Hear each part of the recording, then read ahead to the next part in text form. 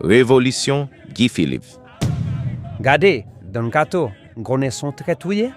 Des bouts de traite moi, on va venir ensemble avec m'tade parce que son révolution pays n'a fait ni go traite. A mon cher Guy dit, m'pas ka traite tout parce que c'est une révolution pays nous pas le faire, m'pas le prendre 9 membres volés yo, m'a couper tête yo, m'a boule kayo, m'a voyer caca dans parlement. Guy, mais on a pris le même là, bon m'geta al kout monsieur, tant moi là m'vine. Few moments later.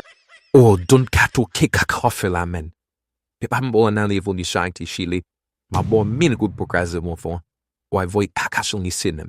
Not tant ti sa, ou pa ba me bo mai fait Chile, non, ou bo gen kob. Ou on dit obais.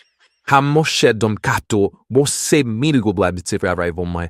Kunya o saltiri kwa piti, evre ma bek sexual chude baba. Ou kaze mon bonfe. Ou gen kob Boulos. When ya, je paye ça, tiwa, kote machan kaka. Kaka wan Shelly Boulos. Se bon jen kaka pou mvoye sou mon yo.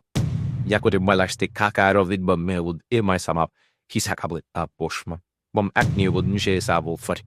Kat ni would to bada sukopor. Ma bo kat menobud. Abri yon gekek boro kaka la kaila. Abri e basik wa o kisu beze kaka pris. Oka babi pepla mo. Respect.